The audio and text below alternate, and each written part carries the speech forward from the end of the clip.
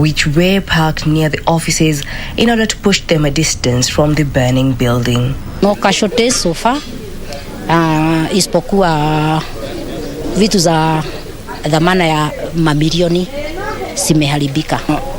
Right now, you cannot tell exactly the cause of the fire because the response is still going on. But in the due course, we will be able to try and establish the cause. Murang'a County Disaster Management Officer Bill Hawanjiko said they got an alert at around 4:34 a.m.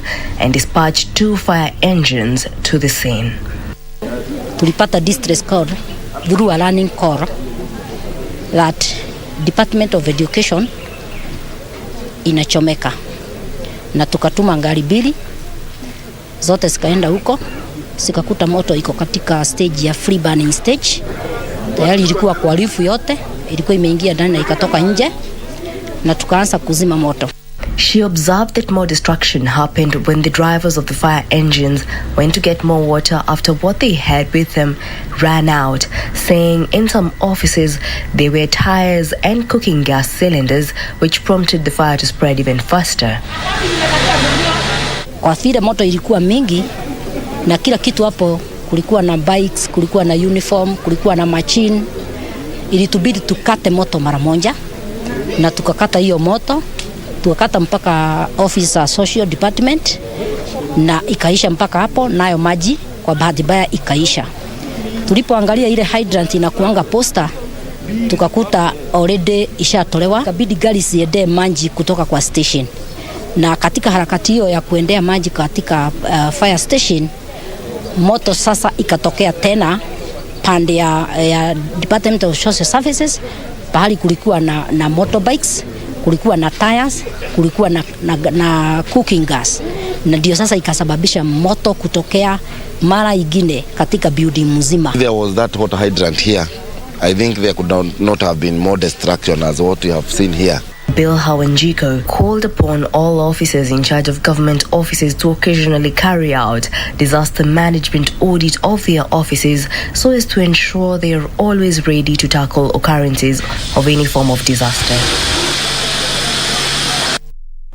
Elsewhere, chaos erupted at Murang'a Farmers Cooperative Society in Embu as rival coffee farmers groups meeting called to chart the way forward turned physical over a controversial 66 million shillings loan facility secured by the management. Police had a hard time controlling the charged groups after the meeting cum voting exercise ended abruptly as the situation degenerated into a physical brawl.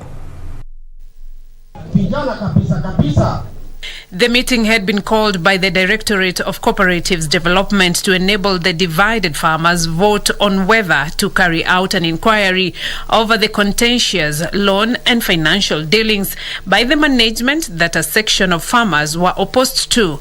The office recommended that the management could continue holding office subject to proper disclosure of financial dealings and make necessary amends.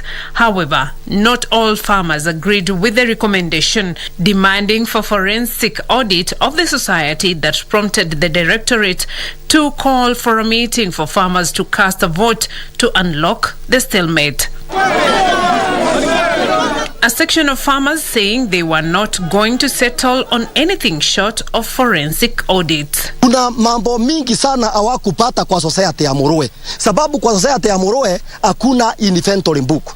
Ndio wakasema kuna mambo mingi sana hawakuona, na ndio sisi kama wakulima tulipendekeza ni vizuri kukuwe na inquiry ifanywe Murang'a ili tunjue ni akina nani walikopa hii loan, ni akina nani walikula, ni akina nani walipeana nguvu ya kukopa, na hiyo pesa imekuliwa na akina nani, ili mwenye amekula hii pesa alipe mwenyewe.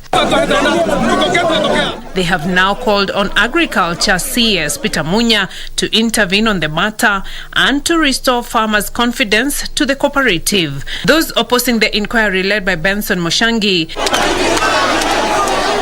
said the management should be allowed to complete its term set to end in September this year to avoid putting their current crop harvest in jeopardy. Vote tunataka hii mambo ya inquiry, lakini hiyo kahawa tayari iko kwa mikono ya hawa ambao tunataka kuondoza. Lakini sasa tukiwaondoza saa hii, kahawa yetu itaenda wapi? tutalipwa na nani?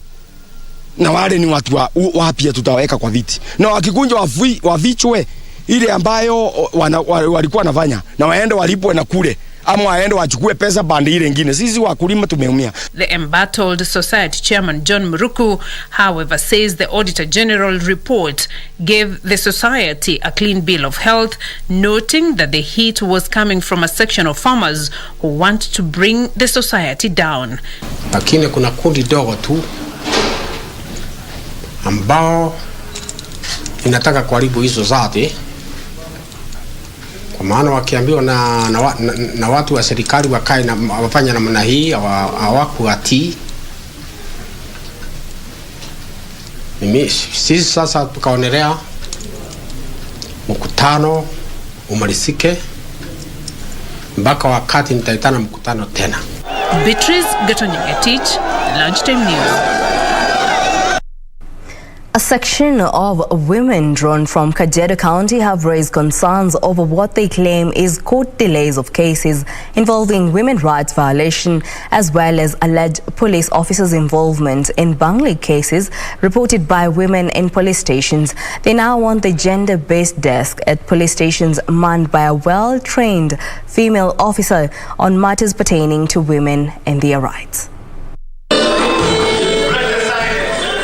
In a women caucus dubbed Raise Voice, Don't Be Silent, held at Kajiado Town, it was noted that out of 10 cases on women rights violation, only 2 cases see the light of the day. Hardly are the culprits convicted. Kwa sababu issues za gender desk mara nyingi sana huwa zinataka evidence.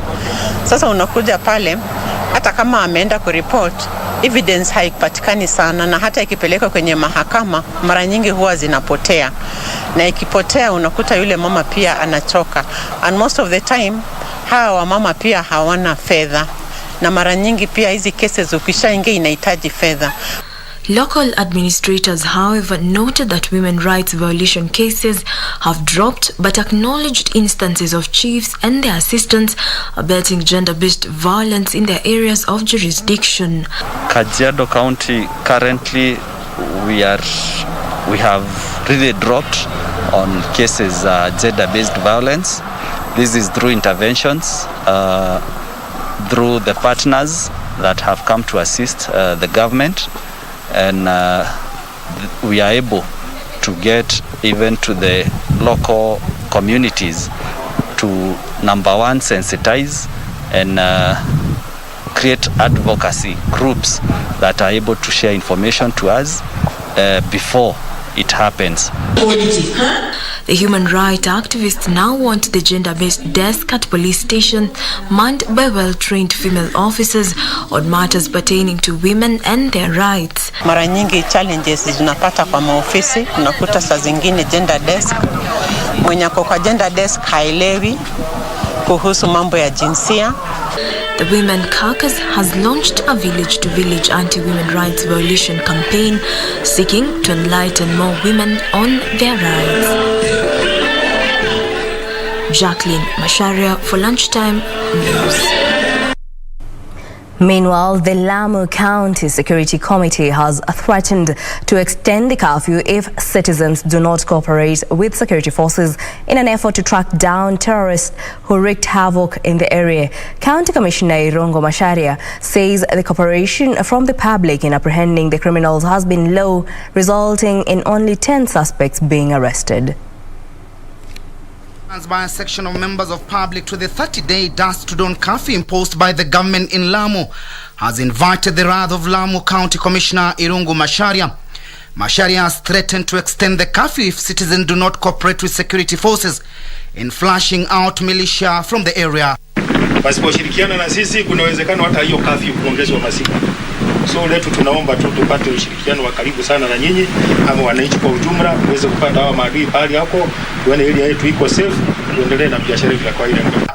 Masharia was accompanied by other senior security officers and those who have fled their homes to return, saying security has been beefed up in the area.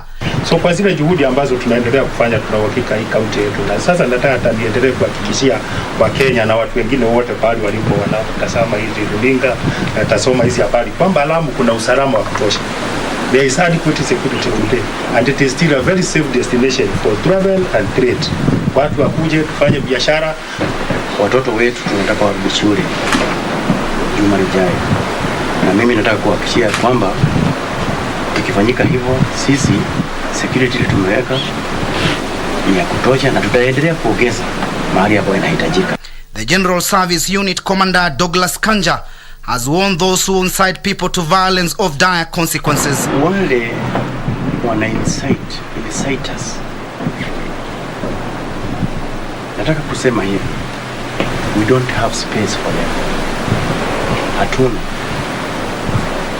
Maneno ya incitement is unacceptable. Mkenya yote ako na haki ya kuishi pande zote zaidi yetu. Lamu has in recent days witnessed a surge in deadly attacks believed to be waged by Al-Shabaab terrorist group, prompting the government to impose a 30-day dusk to dawn curfew. The attacks have left 13 people dead, including 4 police officers who were killed after their vehicles hit by an explosive device. The violence cast a dark shadow on Lamu Port development, despite assurances by the government that insecurity will not affect the viability of the facility. Timothy Kipnusu for Lunchtime News. Well, and on that note, we'll take a short break. But before we take that break, we shall be bringing you a report whereby ODM leader Raila Odinga is expected to give an address at the Mount Kenya University before proceeding to Thika Stadium. Our reporter Ben Chumba is on the ground and has more details. We'll be bringing you that report as we move on in the bulletin. For now, let's take that break.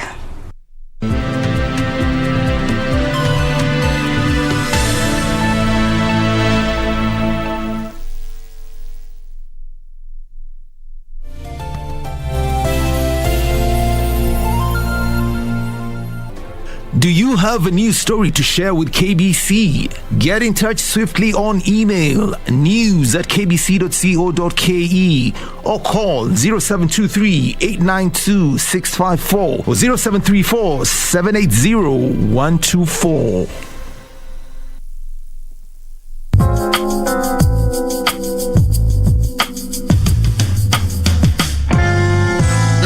Are you okay? What's going on here? Honey. I was telling you about... About what? I'm doing fine. Just fine? Fine is not good enough. Is she in custody? Not yet, my lady. You're under arrest. You will learn more at the station. Now, come with us. No, I'm not going. I haven't done anything. They're accusing you for murder. She killed my husband. I have children who will grow up without a father. Do you have children, huh? That piece of paper is taking you to prison for life. But you're not going to allow her to go to jail, are you?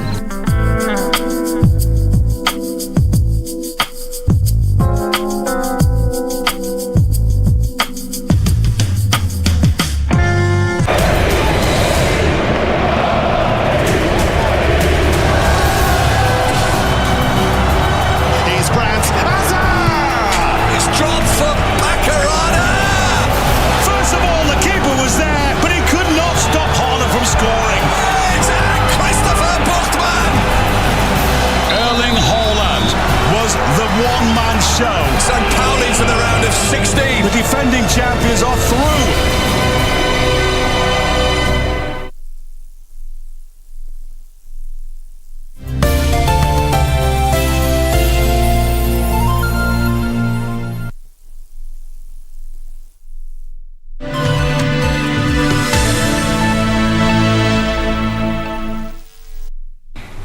Welcome back. Now, still on the political arena, a section of Narok leaders allied to Deputy President William Ruto's United Democratic Alliance Party have rooted for cohesion among all tribes living in Narok County. The leaders who accuse the Mayor Council of Elders of condoning tribalism have pledged to see to it that ethnic divisions have no place in Narok in the run-up to the general election.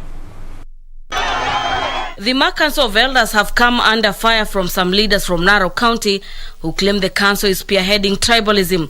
Led by Youth Affairs Chief Administrative Secretary Patrick Olentutu, the leaders say the unity of persons residing in the cosmopolitan county is key as the country gears up to the August elections. Hakuna mtu alifanya application kuja kuishi hapa. Kwa hivyo nataka kutuma ujumbe kwa watu wa Azimio. Ni kuwaeleza kwamba wajipange vizuri. Kwa sababu hii ni kaunti yetu sisi wote. Kuna mkutano kidogo ilipigwa hapa. Watu wakasema ya kwamba ile mrengo ya ODM walikutana. Wakasema ya kwamba sisi wa Maasai tumeamua ni fulani. Narok County ni watu ambao wanapenda amani. Mimi mwenye ambaye natafuta kiti ya ugavana napenda amani. The leaders called upon the youth to embrace peace and desist from all forms of incitements during the campaign period. Meanwhile, the Pamoja African Alliance Party says it will support Azimio la Umoja in the presidential race, but it go it alone in 2027. Kumfanya mzee Raila Amolo Odinga rais si huja. Hiyo ni tisa. Kale wakao lakini kuna pa hadi ho govern. Lakini 2027 kuna pa hadi tutapaa mpaka wapi? Hutaki chama cha Pwani, hutaki maendeleo ya Pwani, wewe si rafiki yetu. Katiba inasema ya kwamba vyama ndo vinaunda serikali. Munaunda serikali kama hamna chama ni mutaunda serikali kama hamna chama. The party leader Amason Kingi says the party will this year field candidates in other posts to gauge their popularity. For Lunchtime News, I'm Gladys Mungai. And away from the political arena, the government has reiterated its commitment to enhance service delivery and implementation of crucial projects meant to boost and support farmers across the country. Agriculture Cabinet Secretary Peter Munya and his water and sanitation counterpart Cecily Kariuki have said the government was working round the clock to ensure meaningful development projects are realized.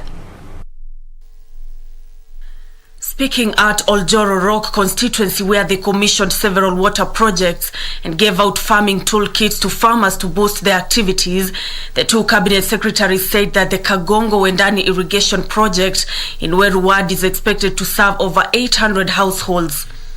It is funded by the Ministry of Agriculture through the Small-Scale Irrigation and Value Addition Project. The Agriculture Cabinet Secretary also oversaw the launch of the 1 million kitchen gardens plan that targets households and schools across the country, an initiative that is part of the economic recovery strategy to mitigate the effects of COVID-19 and boost income. Lengo ni hiyo tu ya kuhakikisha kuna food security na watu wamefunzwa mambo ya kujilimia wenyewe mboga zao karibu na nyumbani hapo. Ni hatua moja ya kupigana na hii shinda ya ukosaji wa chakula, na hii program pia tunaifanya kwa kaunti karibu zote. Munya adding that the government was committed to reintroducing 4K clubs in schools where learners will be trained on modern farming technologies. Watoto wetu waweze kujua kulima wakiwa wadogo, si ndio? Na tutoe ile kasumba ya kufikia kilimo haina maana. Hakuna nchi ambayo hakuna watu wanalima. Hata ukienda Marekani wanalima. Ama unafikiri wanakula nini?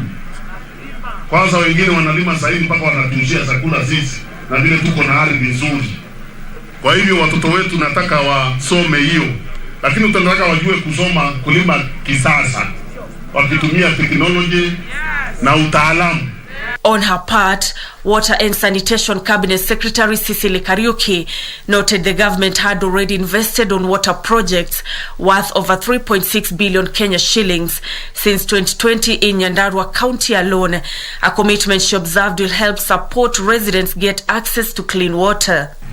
Kuko na project ya maji pekee 17 Oljoro Rock pekee. Na sio ile miradi kubwa, ni ile ya kupatia watu maji kwa kasi. Ikiwapo miradi 7 ishakamilika. Nancy Okware, Lunchtime News. A school in Baringo has come up with a cultural day where students showcase their talent, bringing them closer to the school administration. The move, the school hopes, will help curb indiscipline and unruly behavior among learners in the wake of the recent school unrest witnessed in several parts of the country. In the recent months, the country had been grappling with a wave of school unrest that saw learning interrupted and property destroyed.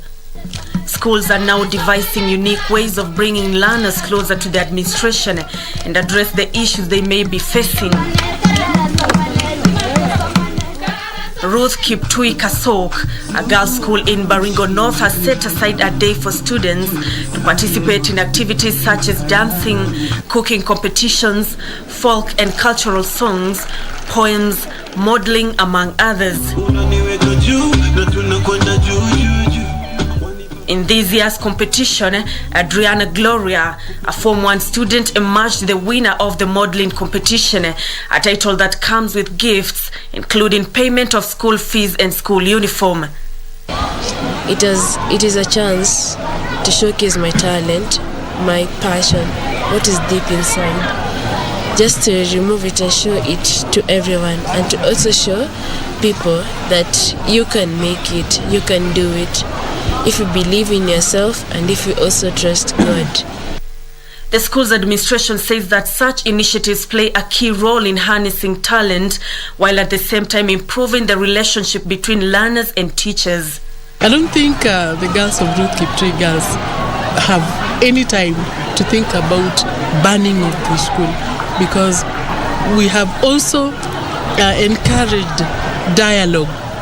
I talk to them more than just giving instructions. I listen to them most of the time, and because of this confidence that has actually been created through such activities, they are able to come to my office. I encourage them to come to my office anytime, and they are able to talk to me.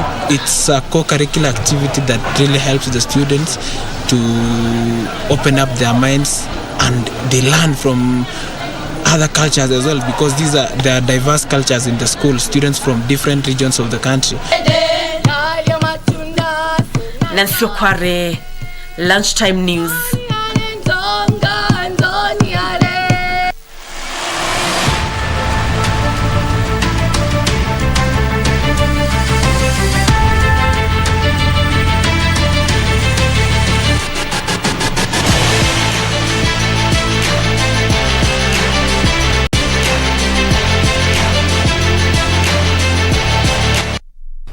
And our news making headlines in the sports world, English Premier League leaders Manchester City could again be without several players for the Premier League visit of Chelsea after suffering further cases of coronavirus this week. The defending champions will hope to extend the 10-point lead at the top of the standings when they welcome Chelsea at Etihad Stadium. In other matches, Wolves host Southampton at the Molineux, while Manchester United plays away to Aston Villa in the late kick-off the match. Edison, Raheem Sterling, Phil Foden, Alexander Zinchenko, Fernandinho, John Stones and Jack Grealish all missed last week's FA Cup win at Swindon, but the club has not confirmed exactly who has tested positive. Riyad Mahrez is a definite absentee, as he is away with Algeria at the Africa Cup of Nations. We are in the same situation as all other clubs in terms of injuries, in terms of my injuries a bit less because our medical and physios department are exceptional, our physios, but in terms of COVID, we had a lot, like unfortunately all other clubs, because it's all around the world. It's not because here we are smarter or we are wiser or we do the protocols better than the other ones. When the virus come to the bubble, inside to the bubble, everyone suffer. So It's not an exception. Andreas Christensen will miss out for Chelsea after testing positive for COVID-19. The Blues will hope Thiago Silva and N'Golo Kante can start, having returned to the bench for Wednesday's Carabao Cup semi-final second leg at Tottenham after their own COVID isolation. In other matches set for today, Southampton will be seeking to back their 6th win of the season when they play away to Wolves at the Molineux. Everton play away to Norwich City. Newcastle United host Watford at St James Park, while Manchester United travel to Villa Park to take on Aston Villa in the late kick-off match. Well, that brings us to the end of our bulletin this afternoon. Thank you for choosing Lunchtime News. My name is Jacky. Wambiru. Sign language interpreter is Byron Abuli. Enjoy the rest of your Saturday.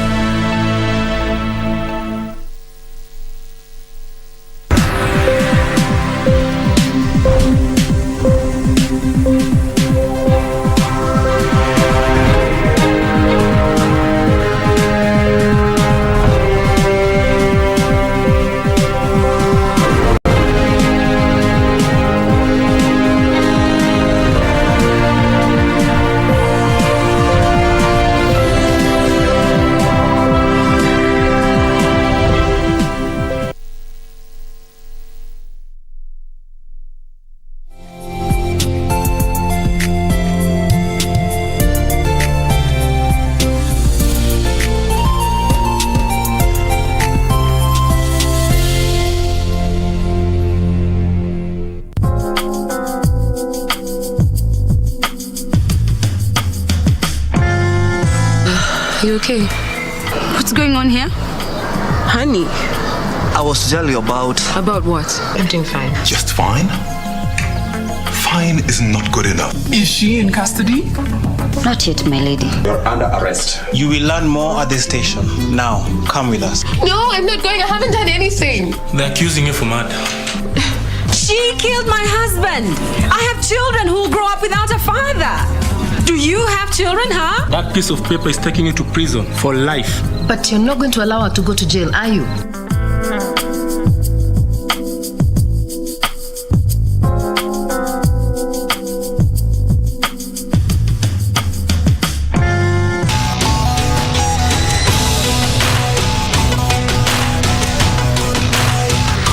You've had your revolutions. You've had your cartel wars, but you've never had the global dealers in violence. Lina de la Renta. Contra. Up and over? Wow!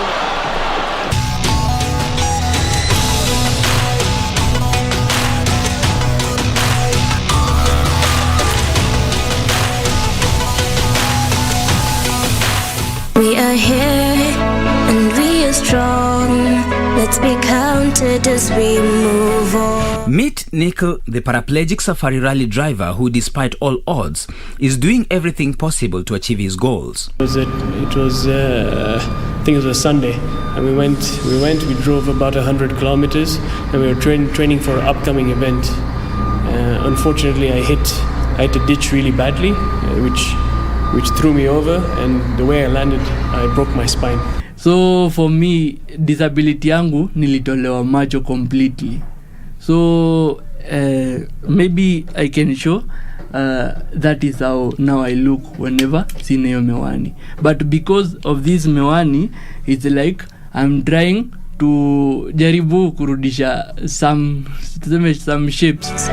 We're unstoppable, incredible, 'cause we're differently abled, differently.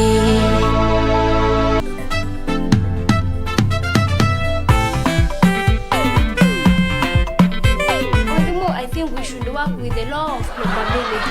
Madam Antibella, you are interfering with my lesson. Can you get out? Oh, Mr. Fleet, please. Is that how you talk to your colleague? Haram. A'udhu billah, Mr. Malim, I don't drink alcohol. I'm already Antipera and we have to wear a kabisa.